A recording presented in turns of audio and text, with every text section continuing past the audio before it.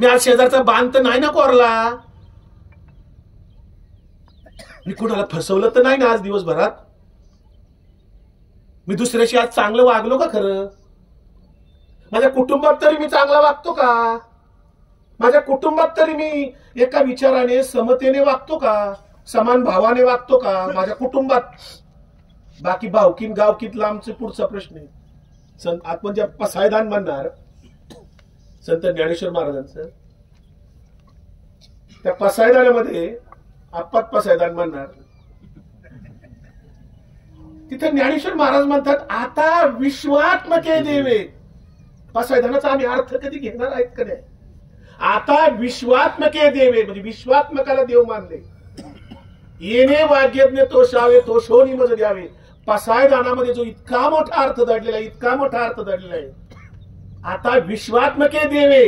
ज्ञानेश्वर महाराज असं नाही म्हणले आळंदी देवे, महाराष्ट्र देवे, असं नाही म्हणले महाराज. ते म्हणतात आता विश्वात्मके देवे. विश्वात्मकाला देव मानलेले. हा विश्वात्मक म्हणजे कोण, हा विश्वात्मकाची ओळख आपली होईल का. मी आत्म्याचं चिंतन करत असताना, आत्मपरीक्षण करत असताना, आत्मनिरीक्षण करत असताना मी परमार्थिक होण्याचा अधिकार प्राप्त करत असतो, हे मला जाणीव व्हायला पाहिजे. पण आम्ही आत्मपरीक्षण करणार नसू, आत्मनिरीक्षण करणार नसू, आम्ही किती माळा घातल्या आणि किती गंड दोर बांधलं काही उपयोग नाही. ते सगळं थोतांडे थोतांडे. ते भगवी कपडे घातले म्हणजे फार पारमार्थिक होतो, फार तो आध्यात्मिक असतो असं काही नाही. खर तर वारकरी संप्रदायाचा रंगच पांढरा आहे. काल एकादशी झाली, पंढरपूरची वारी होती. आपल्या सगळ्या वाऱ्या चेक करा, सगळी पांढरी कपडे असतात, पांढरी शुभ्र, पांढरी टोपी, पांढरा सदरा, पांढरं धोतर पायजामा. हा पांढरा रंग सर्वांना सामावून घेणारा आहे. उद्या कुंभमेळा चालू व्हायचा आहे 13 तारखेला प्रयागला. उद्यापासून तिकडे पांढरे कपड्याचे नसतात, तिकडे भगव्या कपड्याचे आहेत. ते लोक पंढरपूरला कधी येत नाहीत, पंढरपूरच्या दिंड्या कधी तिकडे जात नाहीत. हा काय फरक आहे, काय भानगड नेमकी. वारकरी संप्रदायाचं जे मी सांगतोय, हा वारकरी संप्रदाय तरी आम्हाला कळला का. आम्ही एवढे सप्ते भरतोय, कीर्तन ऐकतोय, प्रवचन. महाराज बी आता गावगाव झालेतच. मी राजकारणातून महाराज झालोय, मला गरज वाटली.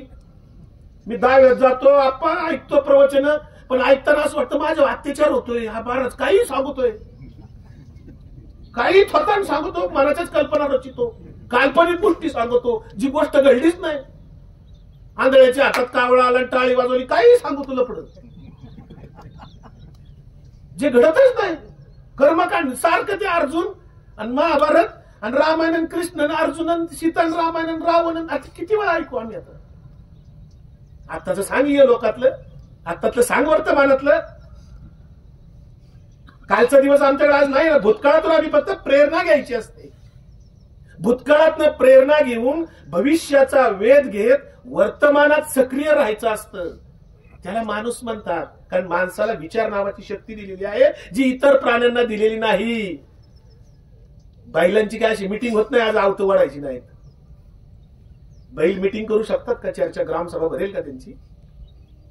विंचू साप कधी विचार करतो का, त्याला विचार शक्ती असते का. फुलपाखरं विचार करतात का. बिबट्या फिरतोय त्याचं काही विचार शक्ती आहे का त्याच्याकडे. कुणाला खाऊन कुणाला नको खाऊ. माणूस एकमेव प्राणी या पृथ्वी तलावर की ज्याला विचार शक्ती दिलेली आहे परमेश्वराने, निसर्ग देवतेने दिलेली आहे. निसर्गतः आपल्याला ती विचार शक्ती मिळालेली आहे. त्या विचार शक्तीचं आम्ही काय करतो, कुठला विचार करतोय आम्ही, हे जर आम्हाला समजतच नसेल, कुठल्या प्रकारचा विचार आम्ही करतो.